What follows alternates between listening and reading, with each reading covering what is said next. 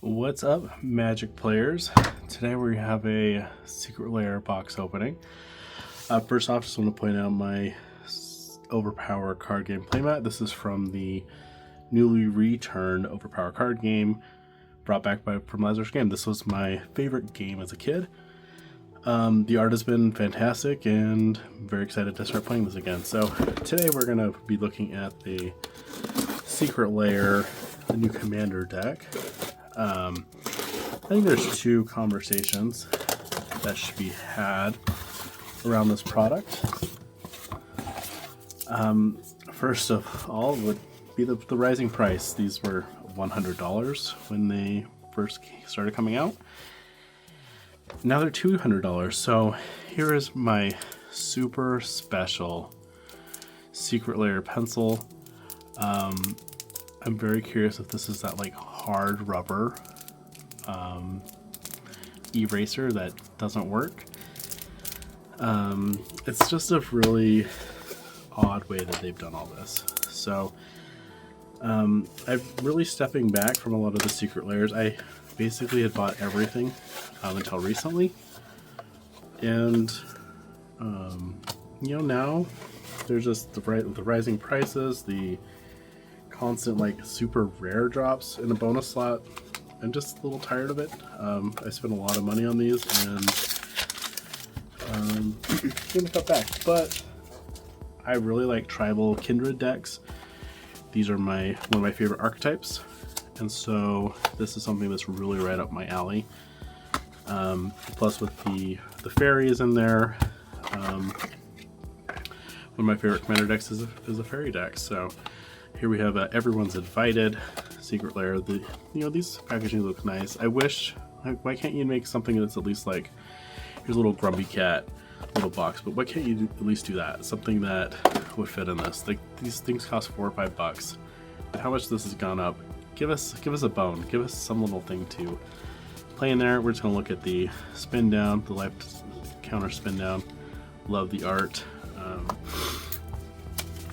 That's a big reason why I'm getting it to begin with. We'll just take a look at the packaging real quick. Morofon, the Boundless, Maskwood Nexus, Kindred Summon. So just a list of all of the cards with new art. And this one is probably like the art I'm least excited for. But I very much enjoy my fairies, and so having another Bitter Blossom is something that I am totally down for. I didn't completely dislike the deck like the last one that came out, and so I didn't leave it sitting on my shelf for multiple weeks before I opened it. So here we have the Morph the Boundless. This is the thick cardstock Commander. This one feels a little different than some of those. I feel like there's a rounded edge here. I feel like they're usually kind of slick. So here we have Morphon, the Boundless. Lovely art. I hope we see more from her. I really like her art style. It's very much like that Dr. Seuss-y, kind of early 90s fantasy kind of stuff going on there. Here we have Raise the Palisades. I believe this was in Lord of the Rings, so this is a Lord of the Rings reprint. Glad to see some good cards reprinted from there. I do hope that they're not gonna just reprint it every single year. Here we have that Bitter Blossom I was talking about. Bitter Blossom was the very first Secret Lair, and the art is fantastic. So some part of me is like, maybe make some Secret Lairs with cards that haven't had a Secret Lair, but I don't hate to see that. Here we have the Tarian Mauler, the Avenger of Zendikar. I think this is also appeared in a Secret Lair before. It's a great little card here. This one, this art is not very good. It's a good card. Don't love the art here. This weird fantasy party. Tendershoe Dryad. That looks really cool. Hopefully this is showing up on camera, but yeah, this just is really interesting. I love the full art. You can just see everything here. Always down for a coat of arms, and this actually made me think maybe I should put a coat of arms in my fairy deck. None of my friends are playing fairies, so I don't think I'll see them across the board for me too much, so it won't come back to bite me in the butt. This Masswood Nexus, this is so good. It's kind of this weird like Lisa Frank, that old like 90s portfolios. I remember my sisters having a whole bunch of those, and I love this. This is super different than anything else that I feel like we're seeing. And then here we have this amazing Soul Ring. Like, that thing is sick. It's super readable. Man, good job on that. Here we have a Harper Recruiter. We have our mostly just our list reprints. Mirror Entity, Stick Together. Lots of changelings and things in here, and which I have quite a bit of. I usually don't use changelings in my tribal decks, so I will have to see what other options I can go into or choose like a certain type. But kind of fun. Black Market Connections. I think that was just reprinted recently in Assassin's Creed. Here we have Kindred Dominance. This card is it's pretty great if you are playing a tribal deck. So Chameleon Colossus, Feline, Sovereign, Realm Walker. I would love to pick up the single from that recent Secret Lair. I just don't love the price of the rest of the cards in it, but man, the other art was pretty fantastic. So we have Atla Palani, Bears of Lajara, Bernard Ginger Sculptor. And food decks are kind of fun. I really enjoyed that in Eldraine. Curie, we have a little bit of a Seer, of a Sliver archetype in here. Rin and Siri Inseparable. Just going back, this one has a Secret Lair set symbol here.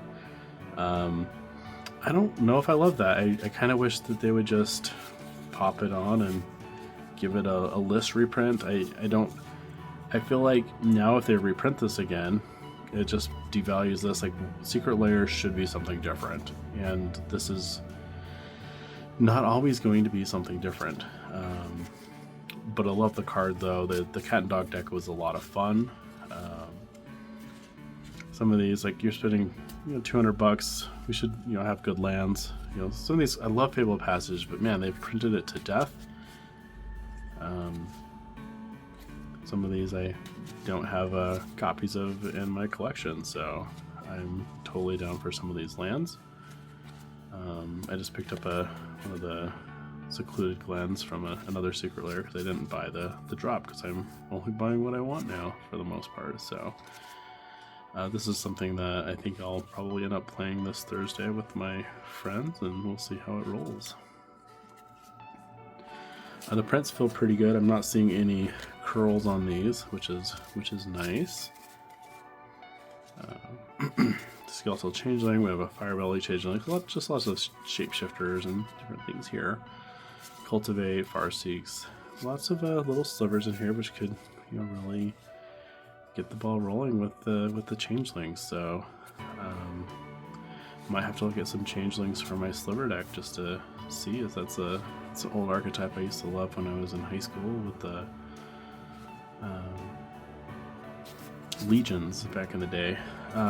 Like, this is a deck, like, give us a unique arcane signet, like, go all out with, especially with how much this stuff is costing now.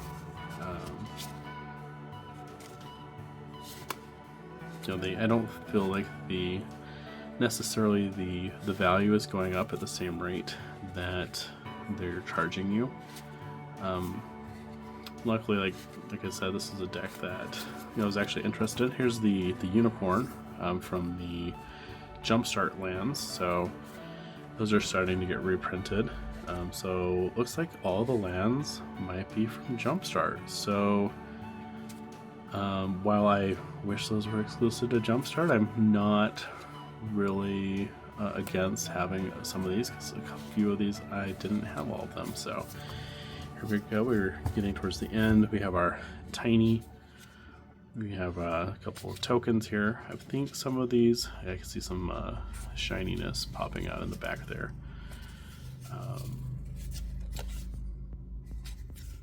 Some saprolings, and then we have these tokens here. Got 4 of these. They're not double-sided. Just a 2/2 changeling shapeshifter token. Looks like each of them might have unique art, so good on them. I do appreciate that. And we have a changeling outcast. Looks like we're curling a little bit out of the package, but little odd looking art. I love it. It's weird. This is mostly what I want from a secret lair. I feel like with the price point, either everything should be foil, because you're spending $200 on this. But I do like the selection of cards that we have here. There's a lot of playable cards. There's a few like that I'm not as excited about, but yeah, we'll see. I don't think that this will take a whole lot to upgrade to make it a little bit more consistent. Yeah, so what do you guys think? You guys like the cards? You guys like the deck? Is there anything you would change? What would you like to upgrade, remove, take out, add in? And obviously, I'd love to hear what you guys think about the $200 or the $50 price increase from the last one that they put on us. So have a good night, everybody.